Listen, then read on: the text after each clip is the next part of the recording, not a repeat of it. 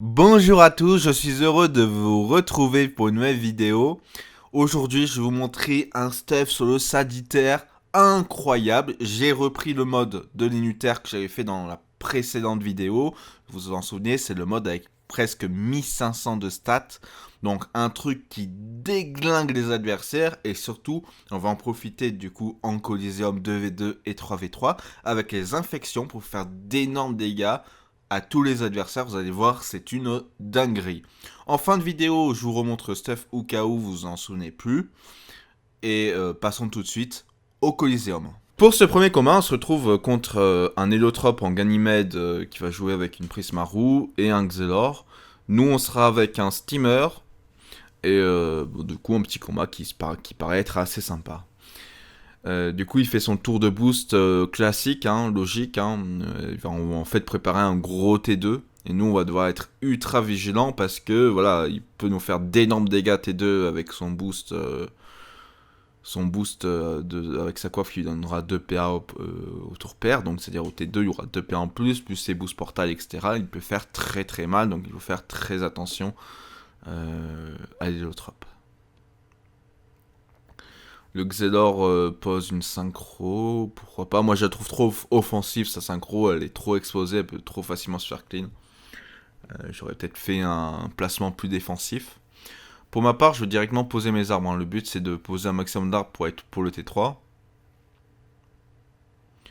Là je vais trouver l'Hélotrope. Je vais juste lui mettre quelques petits dégâts gratuits. Autant en profiter.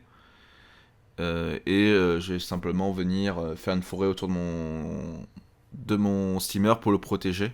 Super important parce que là, le trop peut faire un gros tour et ça va surtout bien le gêner de ne pas pouvoir poser un portail à côté de nous ou nous faire des gros dégâts comme ça.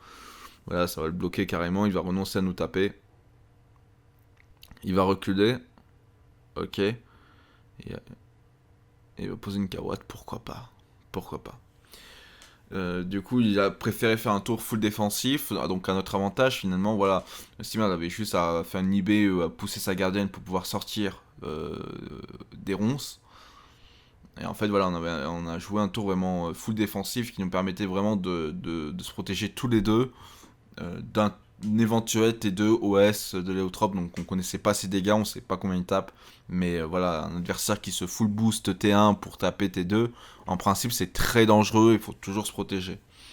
Donc le Xel fait un Rambo classique, il va faire quelques dégâts, du coup il joue R avec des flétrissements. Et là il est en Grand Duc, ok pourquoi pas.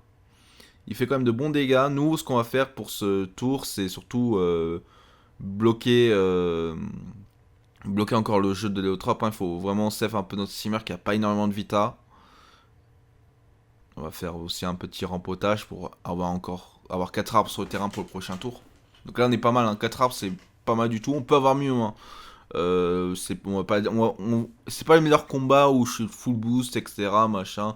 Là, j'ai quand même infecté la synchro. Je me dis, la synchro, ça va être dangereux. On va pas le laisser sur le terrain.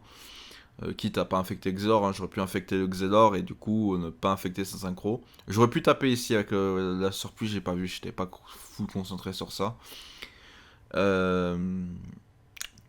Du coup, ce tour d'Héliotrope de jouer, il y a un portail bloqué. Là, il va pouvoir clean du coup la fourbe. J'avais spécialement mis ici la fourbe pour qu'elle bloque quelques PA de l'Héliotrope. Et du coup, il va pas faire grand chose hein, de son tour. De toute façon, c'est un tour où il y a moins de PA. Pour notre Steam, qu'est-ce qu'il va faire de beau? Il va se mettre une brise âme, donc pour éviter des dégâts cac du Xelor. Pourquoi pas? Du coup, qu'est-ce qu'il va faire le Xelor? Il va taper à distance, hein, je pense. Hein.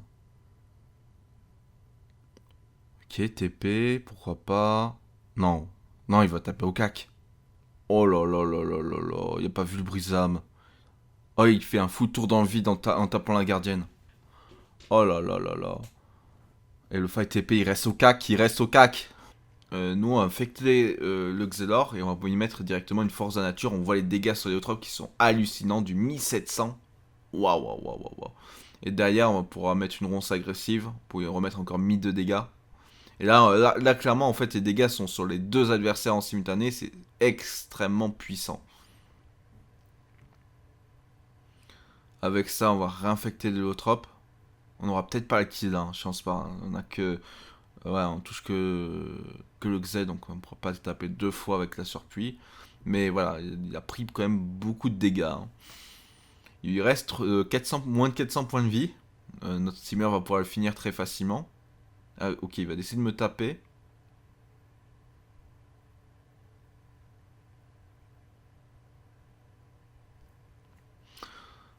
Du coup, le steamer, il avait pas trop fait gaffe au combat. Il se rend compte que l'héliotropie est quasiment mort et que le Xed est déjà middle life. Juste en un tour, en fait. En fait, ce qui est surpuissant avec le Salidas, c'est que tu tapes les deux adversaires.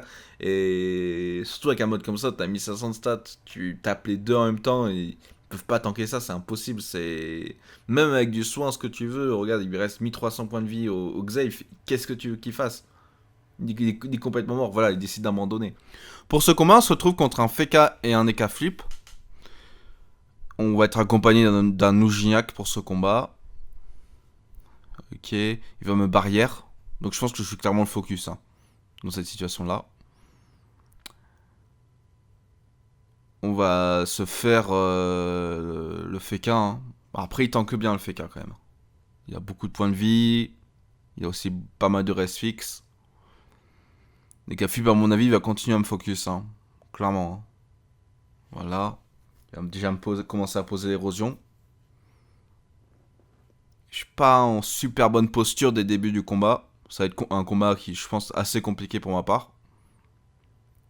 On pourra mettre quand même quelques petits dégâts dessus. 800, pourquoi pas, c'est pas mal du tout. On va quand même poser nos arbres. Et on va se mettre une harmonie pour se safe un peu. On va se mettre là, on va se préparer à la fuite, un prochain tour. Alors que va-t-il faire? Il va reposer une glyphe, il va lui mettre une mise en garde, il va clean mon jeu. Après il prend pas mal de dégâts indirects. Sous érosion, c'est pas mal. Même s'il prend pas beaucoup en termes de valeur, en fait, l'érosion est calculée sur les dégâts qu'il prend en brut.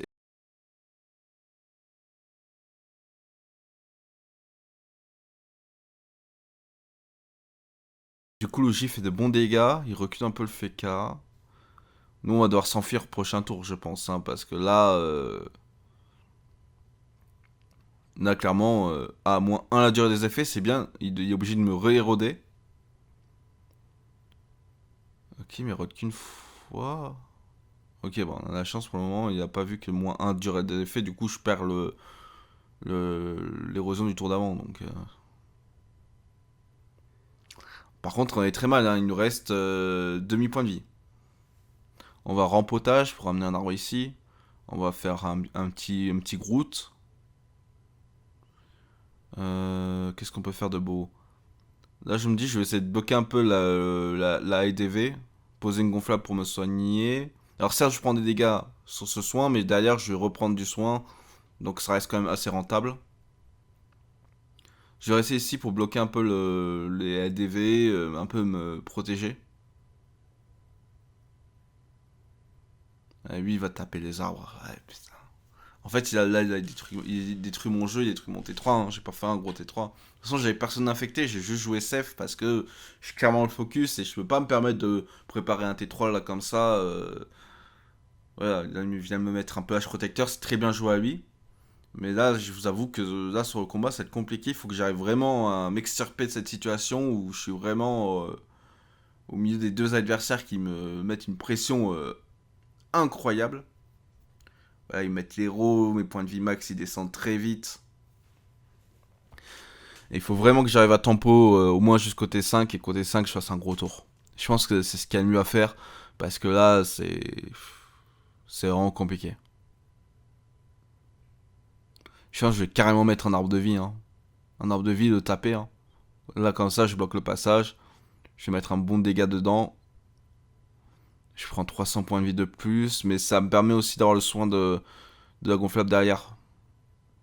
Mettre quelques petits dégâts aussi au FK avec la gonflable. Et surtout de reculer, voilà. Le but vraiment c'est d'aller hors map des adversaires, vraiment le temps que je puisse poser mon jeu. Et il va vraiment pas me lâcher, hein. Vraiment pas, hein. Si beau, il me ramène et tout. Oh là là là là là là. Là, il faut que Luigi me pousse. Si arrive à me pousser, ça va être Gucci de fou en vrai. Ok, il change de place. Il va poser les bennes et il va me faire niber. Ouais, c'est super bien joué de sa part. Franchement, c'est super bien joué. Du coup, ça permet vraiment de reculer. Les cas flip, ça va être compliqué pour lui de me taper. Et on arrive à tenir. Hein. Pour le moment, on arrive bien à tenir. Et franchement, on est vraiment pas dans une bonne situation. Hein. Il va faire un odorat. Donc, il y aura moins de PM le tour prochain, ce qui veut dire que on aura peut-être la possibilité qu'il ne nous touche pas au tour prochain et donc faire un gros tour après. De toute façon, là, on est T4. On va surtout... Pourquoi il me ping là? Là, j'ai pas d'ADV. Hein. Attends, je me trompe pas. Non, non, j'ai pas. Bon, je joue mon tour, je joue la folle. Je lui mets un petit coup, pourquoi pas. Et ça me laisse 4 PA pour poser mes arbres. Ça, c'est très important. Parce qu'il faut vraiment poser son jeu. On a 5 arbres sur le terrain. On va commencer à pouvoir bien taper. On infecte K-Flip. Alors, on sort d'Aglyph quand même. Et on infecte F4. Donc, coup, mes deux adversaires sont infectés. C'est parfait. Là, on va pouvoir faire un gros T5 sans survie. Ça va être compliqué. On n'a pas beaucoup de points de vie. On a 1900 points de vie. Après, je suis bien planqué quand même. Je pense pas qu'il puisse me toucher le FK. Peut-être mettre juste une glyphe. Je pense qu'il peut mettre une glyphe, mais c'est tout. Voilà. Il met une glyphe, mais il me touchera pas. Ah, une mise en garde aussi, ouais, pourquoi pas. Mais il me fera pas plus que ça. Logis, s'il peut dégager un peu les K-Flip, ça serait pas mal. Alors, il va taper le FK, c'est bien. C'est bien joué à lui. Il va tirer les... Ouais, il joue super bien sur les placements. Tous ses tours sont hyper Gucci. Hein. Là, voilà, vraiment le fait d'attirer les K-Flip, c'est super bien joué de la part de Luginac. Parce que du coup, ça me permet vraiment... les K-Flip ne peuvent pas m'atteindre, en fait. Hein, il peut pas me toucher.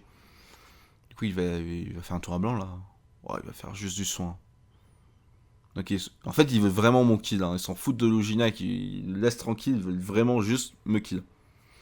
Mais là, on va avoir un gros T5. Hein. Un gros T5 avec le Nébu et tout. Les 5 arbres posés sur le terrain. Enfin, là, on va faire des forces de la nature. Ça va tabasser un truc de fou. Donc, on récupère nos PM. Oh là là là là, les dégâts. 1700 sur les deux. Oh là là là là. La ronce qui en fait 800 sur les K et ça tue le FK. Et derrière, je me mets une petite harmonie pour me safe. Le K-Flip, il est quasiment mort. J'enlève son petit ivoire. Il reste 1800 points de vie alors qu'il était full life. Hein. Le Ginac va pouvoir sûrement le finir. Voilà, il fait des bons dégâts à l'os à moelle. Et voilà, le kill incroyable sur le retournement de situation. Et surtout, n'oublie pas de t'abonner, c'est un énorme soutien pour ma chaîne. Donc c'est un stock, comme je vous ai dit, avec en comptant la puissance plus la force, à 1400 de stats, plus la puissance de Dofus Sylvestre, où tu as facilement plus 100 puissance, donc tu montes à 1500 de stats. Au niveau de la panoplie, je vous l'avais déjà présenté pour les Nutrof, c'est double item volcanique, double item Volcorn, double item Pandemonium, vraiment maximise les bonus panoplie, une logie, une Cthulhu, vraiment un stuff qui coûte vraiment pas cher, un Stalak et une Dragodinte ivoire et pourpre. Voilà, en termes de dégâts, c'est vraiment monstrueux. Au niveau des dommages, pour ceux que ça intéresse, on est à 102. On pourrait jouer le Bulboture, mais je préfère jouer quand même l'ADD pour avoir un peu plus de tank sur le Sadi. On gagne quand même 300 vita plutôt que le familier. Et en termes de résistance, on a quelque chose de très propre pour un mode à 1500 de stats quand même. Hein. Donc j'adore ce mode. Et vous voyez, voilà, je le réutilise carrément sur le Sadida. Comme quoi, ce mode est vraiment très puissant en termes de DPS. Et c'est un mode vraiment très fun à jouer. C'est peut-être pas le meilleur, parce que vous avez des modes Red PM sur Sadi qui sont assez forts, etc. Là, on a vraiment un mode DPS full fun, mais quand même qui reste extrêmement puissant. Franchement, j'ai fait plein de colis avec, et c'est vraiment très amusant de jouer ce mode. Faut juste poser un peu son jeu dans les 2 premiers tours, et le T3, dès T3, on peut vraiment bien s'amuser.